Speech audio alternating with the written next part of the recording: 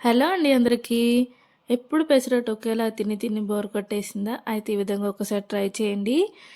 మనం పెసరట్టు ఎలా అయితే వేసుకుంటామో అలానే ఇప్పుడు మార్నింగ్ నానబెట్టుకుంటే నైట్ వేసుకోవాలి. నైట్ నానబెట్టుకుంటే మార్నింగ్ వేసుకోవాలి దోస.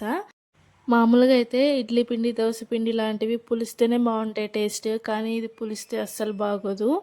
సో, అందుకని చెప్పేసి అప్పటికప్పుడు మాత్రమే వేసుకోండి. కొలత అయితే ఈ విధంగా తీసుకోండి. చాలా పర్ఫెక్ట్‌గా వస్తుంది దోస. దానికోసం 2 గ్లాసుల పెసరపప్పు, ఒక పిడికెడంత బియ్యము, ఒక పిడికెడు కందిపప్పు, ఒక 2 పిడికెళ్ళంత అలసందలు, ఒక పిడికెడు పల్లీలు, దాంతోపాటు ఒక స్పూన్ మెంతులు వేసుకొని బాగా కడిగేసి నానబెట్టుకోవాలి. కడగకుండా నానబెడితే ఒకలాంటి స్మెల్ వస్తది. అందుకనే బాగా 4, 5 సార్లు కడిగేసి నానబెట్టిన వాటర్ అయితే తెల్లగా ఉండవు పొద్దున్నే వరకు.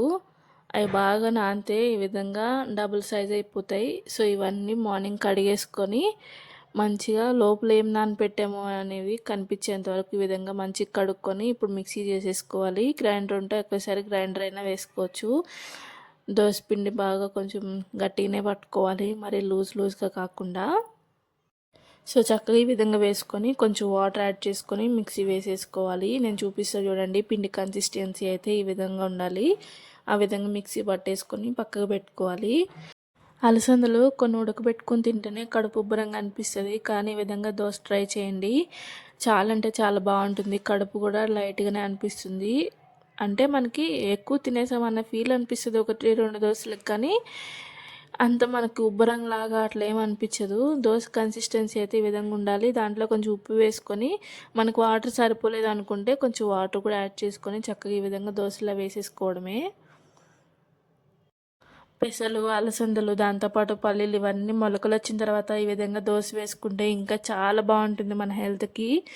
నేనైతే ఇంకా అప్పటికప్పుడు వేసుకున్నాను కాబట్టి మొలకలు అయితే మీరు వచ్చేలాగా చూసుకోలేదు. మొలకలు వచ్చేలా చూసుకుంటే కంపల్సరీ ఇంకా మంచిది మనకి. దోశ కూడా మనకేం ఇబ్బంది పెట్టదు. చూడండి ఎంత ఈజీగా లేచి వస్తుందో. బాగా కుక్ చేసుకోవాలి. కొంచెం ఎక్కువ టైం పడుతుంది కానీ మంచిగా కుక్ అవుతుంది దోశ. చాలా బాగుంటుంది. కంపల్సరీ ఈ విధంగా ట్రై చేయండి. ఎలా వచ్చిందో కమెంట్ చేయండి. దోశ మీకు కొంచెం కారంగా అనిపించాలి అంటే పిండిలోనే కొంచెం మిరపకాయలు, కొంచెం అల్లం ముక్క వేసేసి కొంచెం జీలకర్ర వేసి మిక్సీ పట్టుకున్నామంటే మనకు కొంచెం నోటికి కారంగా కూడా తగులుతుంది దోశ.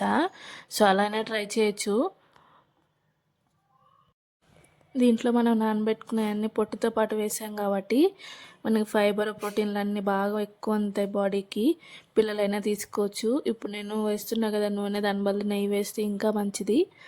వీడియో నచ్చితే లైక్ చేయండి, షేర్ చేయండి, సబ్స్క్రైబ్ చేసుకోండి. Thank you for watching. మీ అమూల్యమైన ఫీడ్బ్యాక్ కమెంట్ రూపంలో తెలియజేయండి. ఇంకా మంచి మంచి వంట వీడియోస్తో మీ ముందుకు వస్తూ ఉంటా. దోశ రెసిపీస్ కూడా కొంచెం డిఫరెంట్గా తీసుకొని వస్తూ ఉంటా. Thank you for watching. మంచిగా ఈ విధంగా చేసుకుని తినండి. హెల్తీగా ఉండండి, హ్యాపీగా ఉండండి. Happy tummy. Bye bye.